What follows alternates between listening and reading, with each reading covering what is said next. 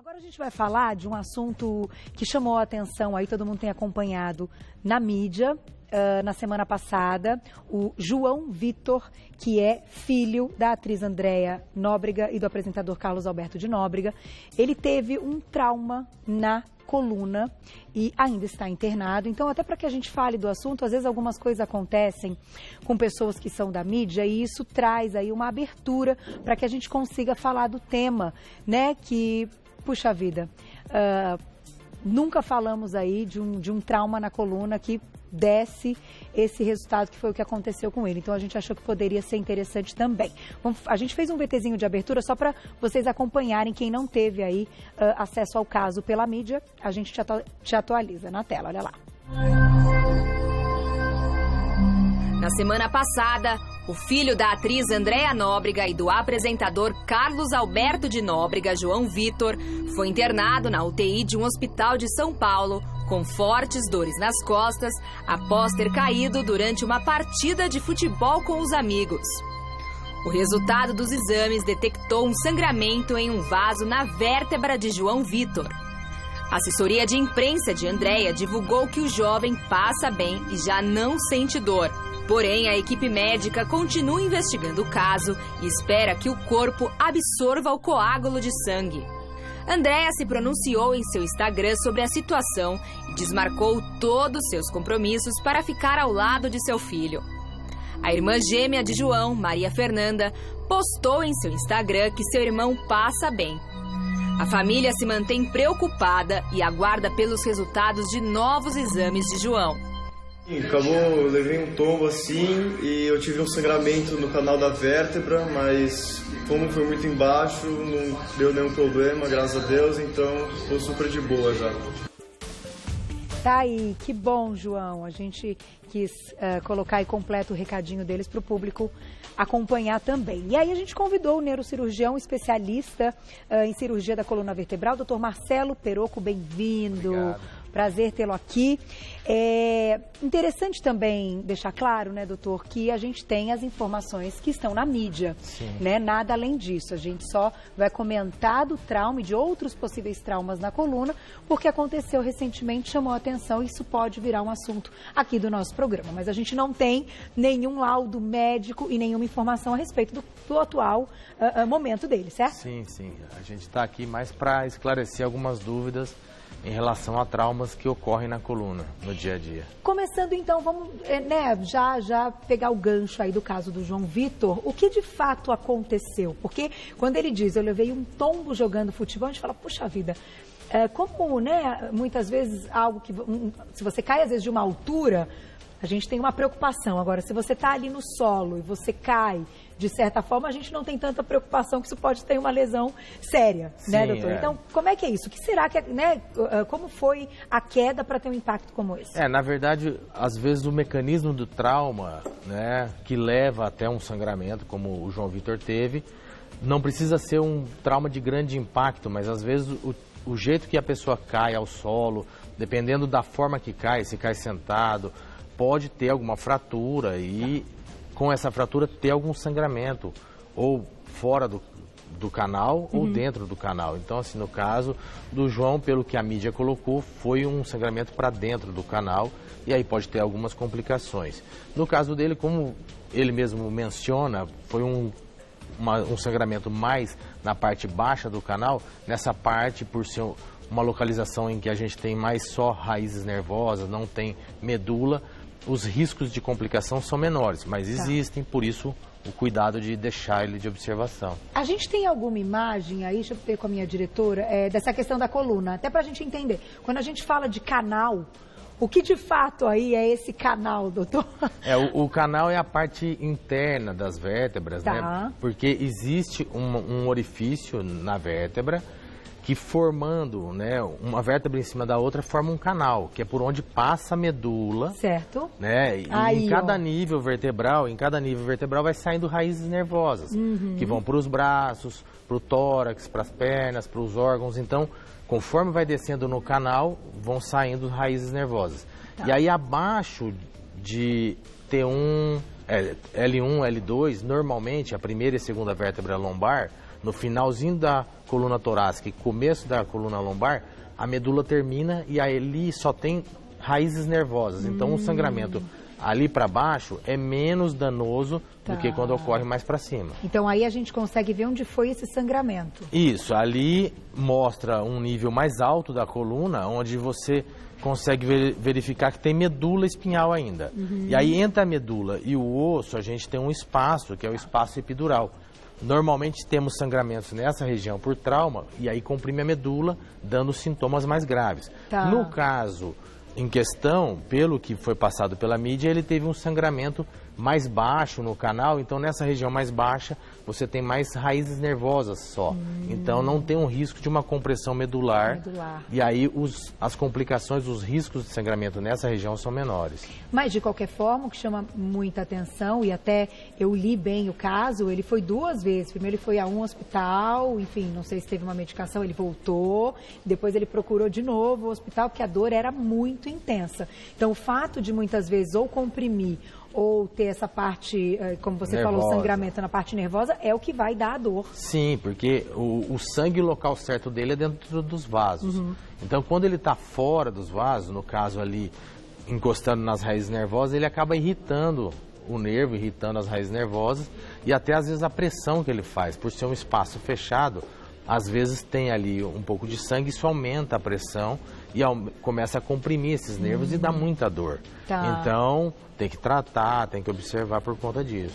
A rapidez com que a gente procura ajuda, nesse caso, é algo fundamental, muitas vezes? Sim, é fundamental, porque se é um trauma de grande impacto, que está ocorrendo assim, alguma compressão de uma estrutura nervosa mais nobre, né? Às vezes uma raiz nervosa, dando um déficit motor, você procurando a ajuda médica mais cedo, mais precoce, você consegue ter reversão dos sintomas, né? E tem alguma dica, por exemplo, que a pessoa não deve fazer? Ela acabou de ter ali o trauma, enfim, a queda.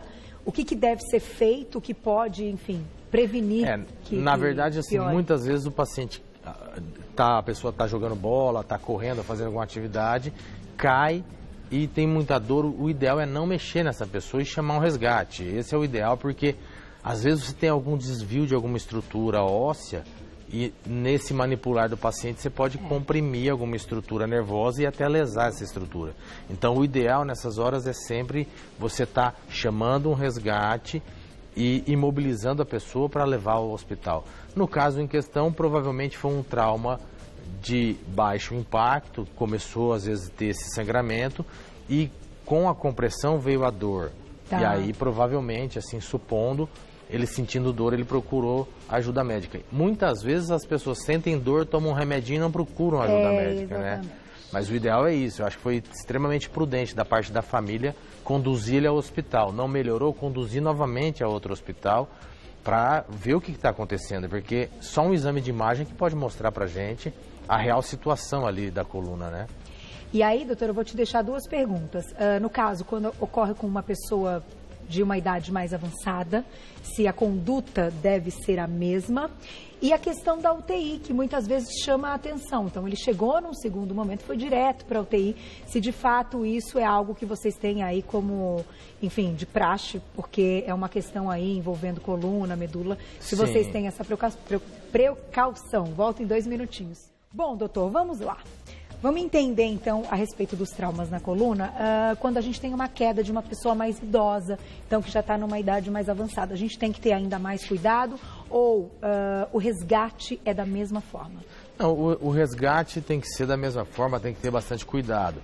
A pessoa mais idosa, o risco de fratura é maior, porque a pessoa mais idosa tem osteoporose, então as fraturas vertebrais na pessoa idosa é mais frequente. Né? Então, assim, ocorre com mais frequência porque o osso já fica mais rarefeito, né? O osso fica mais frágil por conta da osteoporose, então essas pessoas têm uma frequência de fratura maior, mais alta, com pequenos traumas, entendeu? Tem que tomar cuidado, né, gente? E é um desgaste aí que vem, claro, ao longo de uma vida, um desgaste natural. Sim, né? um desgaste natural, mas que pode ser prevenido, né? A pessoa que tem mais idade, mantendo atividade física, fazendo musculação, caminhada, os ossos ficam mais fortes. Então, o ideal é passar num geriatra, num ortopedista, ou num neurocirurgião especialista em coluna e verificar essa questão, né, das vértebras, se está tendo osteoporose, se tiver, tratar essa osteoporose para prevenir algumas fraturas. É verdade.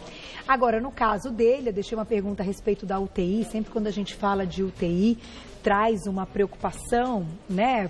Enfim, falando aí do público em geral, nós que não somos da área e acompanhamos as notícias ou muitas vezes casos particulares que acontecem aí na família de todas as pessoas.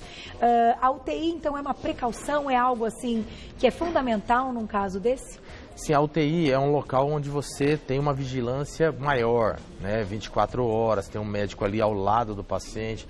Então, a UTI, aquele paciente que corre o risco, por exemplo, de desenvolver uma piora do déficit neurológico. Então, assim, de repente começar a perder a força nas pernas, né? Ou ter uma alteração do nível de consciência, esse paciente deve ser observado, monitorado na UTI. Porque se você começa a ter uma piora neurológica, o pronto atendimento faz toda a diferença. Então, os pacientes que têm risco de ter uma piora neurológica, eles ficam em observação na UTI. É o mais prudente, né? Tá aí. Tem perguntinha do público já na tela, quem escreveu pra gente, olha lá. Obrigada, Roberta, um beijo. Fisioterapia ajuda, então, na recuperação do trauma? Qual é, normalmente, então, né, a conduta a partir de agora? Sim, a fisioterapia sempre ajuda na recuperação do trauma, porque a fisioterapia vai ajudar a aliviar a dor, vai ajudar a fortalecer musculaturas que podem ter se danificado num trauma, né? A gente sabe que depois de alguns dias o paciente deitado, em repouso, começa a ter perda de massa muscular. A fisioterapia ajuda nisso, então assim, o tratamento fisioterápico é fundamental no paciente neurológico, no paciente hospitalizado. Qualquer paciente que fica mais do que 2, 3 dias hospitalizado, ele passa a ter perda de massa muscular, então ele necessita de um cuidado fisioterápico. Agora, nesse caso, enfim, do sangramento ou de outros traumas na coluna, existe um tratamento cirúrgico? Podem ter casos aí que evoluam para uma cirurgia? Sim, no caso quando você tem uma hemorragia, que tem uma compressão da medula, ou que tem uma compressão dos nervos, que começa a ter déficit neurológico, muitas vezes você tem que fazer uma cirurgia para drenar essa hemorragia.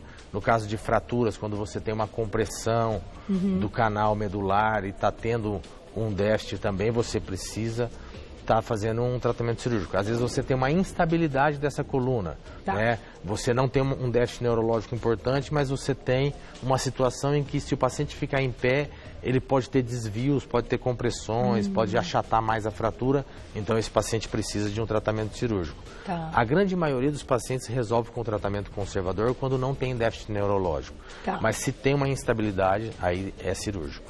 E agora, né, no decorrer aí dos dias, tanto o João Vitor quanto outras pessoas que tiveram aí traumas na coluna, o repouso também faz parte do tratamento? Sim, o repouso ele fundamental, né, para a correção, né? Você fratura um braço, uma perna, você tem que engessar, ficar de repouso. Na coluna você às vezes tem que usar um colete, uma cinta elástica, algumas estruturas para poder imobilizar e dar mais suporte para essa região. Tá aí, para depois voltar à vida normal. Tem mais perguntinhas do público na tela. Obrigada, Karina, um beijo para você. A falta de cálcio é uma das causas, então, desse tipo de problema? O cálcio é um componente importante da estrutura óssea, né? O osso, ele é calcificado, por isso que ele é duro. Se você tirar o osso, o cálcio do osso, ele vai ficar mole. Então, assim, uma alimentação rica em cálcio, ela previne uma osteoporose no futuro. Então, assim, o cálcio é extremamente importante na manutenção dos ossos, né, das pessoas, tanto na infância, na idade adulta, quanto dos idosos aí. E no final, o que chama atenção é que ele é muito jovem, né? Ele tem 18 anos, né? Ainda falando do caso do João Vitor, mas que provavelmente, como você comentou no início, o tipo da queda, a forma como ele caiu, que comprimiu ali. Pode ter tido alguma fraturinha, né? Ou um rompimento de algum vaso que fez esse hematoma. E aí começou a ter dor e chamou a atenção. Às vezes a dor pela fratura ou pelo trauma não foi tão grande. Mas às vezes o sangramento após começa a comprimir estruturas nervosas e aí pode vir a ter esse quadro de dor, que é um sinal. A dor é um sinal de alerta, né? E doutor, sabe o que eu vou te perguntar que eu acho super importante? Caso aconteça com alguém, as pessoas hoje acabam se medicando ou acabam, liga para alguém, o que você toma? Tô com dor e tal. O que, assim, que não pode ser feito, que a pessoa não deve tomar, porque a gente sabe que alguns remédios podem aumentar a hemorragia. Então, se a gente não sabe que teve aí um sangramento, tem alguns medicamentos que podem piorar, né? Sim, o ideal é não se medicar, né? Não medicar, né? A automedicação não é legal em nenhum caso. O ideal é sempre procurar uma orientação médica para estar tomando a medicação adequada, né? Se está com uma dor, o ideal é passar com um médico para verificar o que é essa dor. Muitas vezes a pessoa cai e acha que não foi nada e às vezes tem uma fraturinha e essa dor começa a persistir, ficar crônica, né? E mascarar é muito ruim, né? Com certeza. Porque, gente, vamos combinar, anti-inflamatórios, próprios analgésicos, as pessoas carregam na bolsa, falam, não, eu tenho um aqui. Com certeza. Eu tenho aqui, a pessoa tomar um analgésico para tirar aquela dor mais aguda. Para chegar no hospital. Para chegar no hospital é válido. Ninguém deve sofrer de dor, né? Ainda mais numa situação dessa. Toma uma medicação e vai para o hospital. Né? Agora, tem como destacar, a gente falou de um tipo de trauma na coluna, né? O que hoje é mais comum, que é o que você pega mesmo em consultório, enfim, casos cirúrgicos. Que tipo de trauma, então, é o mais comum? E fazendo o quê, doutor? Eu acho interessante ouvir essas histórias aí de médicos. O trauma raquimedular, né, que é o trauma na coluna, é chamado trauma raquimedular. Ele é muito frequente entre adultos jovens no Brasil, por acidente automobilístico, por ferimento por arma de fogo. Né? Então, assim, a gente pega muito isso no consultório. Mergulho em água rasa, né? Nós estamos no inverno, cai um pouco a incidência disso, mas a gente sempre chama atenção. O mergulho em água rasa é uma coisa que, né, tem lesionado muita gente, machuca muito a coluna. Puxa, é verdade. Então, assim, são tipos de trauma, mecanismos de trauma diferentes, mas que são traumas raquimedulares, traumas na coluna. Então, assim, acidente automobilístico, queda de moto, mergulho em água rasa, ferimentos por arma de fogo, isso são o mais frequente no Brasil. Tá aí, gente, eu perguntei até para que a gente tenha uma noção, tem que tomar cuidado mesmo. Com certeza, a gente tem que se prevenir. Puxa vida. Tem mais uma perguntinha para a gente encerrar na tela, quem escreveu pra gente. Obrigada, Carla, um beijo para você. Meu filho reclama de dor nas costas depois das aulas. A postura errada na carteira pode causar um trauma mais sério? Essa pergunta é muito legal. Meu filho também tem mania de sentar em cima da perninha para ficar mais altinho na mesa. Isso daí, assim, a postura é uma coisa que a gente sempre chama bastante atenção. O aluno, ele fica com uma má postura e isso pode, com o passar dos anos, vir a ter alterações degenerativas da coluna. Por exemplo, o dentista, ele trabalha numa postura ruim para ele. Então, assim, você vê que pessoas que trabalham em certas posições têm mais lesões na coluna, lesões degenerativas na coluna, tipo hérnias de disco. E na escola isso é muito importante, porque as crianças às vezes carregam uma mala muito alta, muito pesada, né? Fica uma mala muito grande, um peso intenso, né? Então isso acaba às vezes machucando a coluna da criança. E às vezes a postura que ele fica virado assistindo a aula, isso pode com o tempo começar a ter torcicolos frequentes e ter outras lesões. E desgastar antes da hora, né, doutor? Sim, com certeza. Não tem jeito. Bom, eu vou agradecer, então, hoje com a gente, o doutor Marcelo Perocco, que é neurocirurgião especialista em cirurgia da coluna vertebral. Tem um site e lá no Facebook, doutor abreviado, Marcelo Perocco, com 2 Cs, tudo junto, Marcelo Perocco, e o site Marcelo Perocco, também com 2Cs.com.br. Obrigado, doutor. Te espero numa próxima oportunidade.